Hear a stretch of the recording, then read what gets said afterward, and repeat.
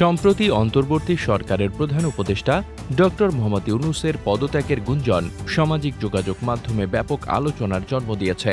বৃহস্পতিবার ২২ মে বিকেলের পর থেকেই ফেসবুক সহ বিভিন্ন প্ল্যাটফর্মে ছড়িয়ে পড়ে যে শান্তিতে নোবেল বিজয়ী ডক্টর ইউনূস নাকি হঠাৎ করেই পদত্যাগ করেছেন।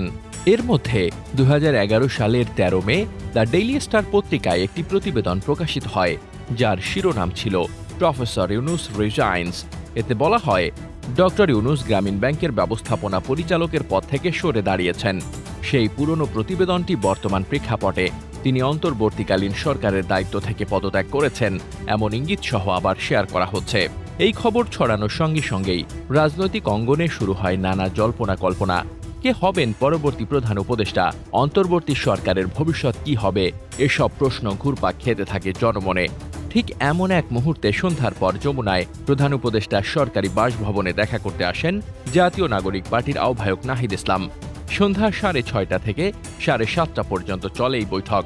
উপস্থিত ছিলেন আরও দুজন উপদেষ্টা। একাধিক সূত্র জানিয়েছে, বৈঠক মূলত পদত্যাগের গুজব এবং তার পেছনের উদ্দেশ্য নিয়ে আলোচনা হয়। এখানে লক্ষণীয় বিষয় হল, পরে জানা যায় এই গুজবটি ছিল পুরোপুরি ভিত্তিহীন এবং উদ্দেশ্য প্রণোদিতভাবে ছড়ানো।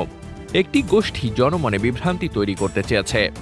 এই ধরনের গুজব একদিকে যেমন সরকার পরিচালনায় অস্থিরতা সৃষ্টি করে, অন্যদিকে জনগণের আস্থাকেও হুমকির মুখে ফেলে।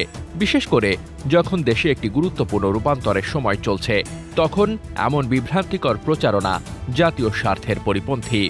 ডক্টর ইউনূস এখনও পর্যন্ত আনুষ্ঠানিকভাবে পদত্যাগের কোনো ঘোষণা দেননি, বরং তিনি নিয়মিত কাজ করে যাচ্ছেন অন্তর্বর্তী সরকারের দায়িত্বে।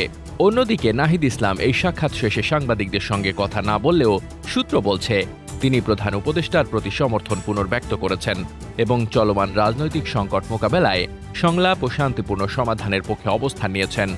বর্তমানে সামাজিক যোগাযোগ মাধ্যমে যেভাবে গুজব ছড়ানো হয়, তা আমাদের সবাইকে আরও সচেতন হতে বাধ্য করে।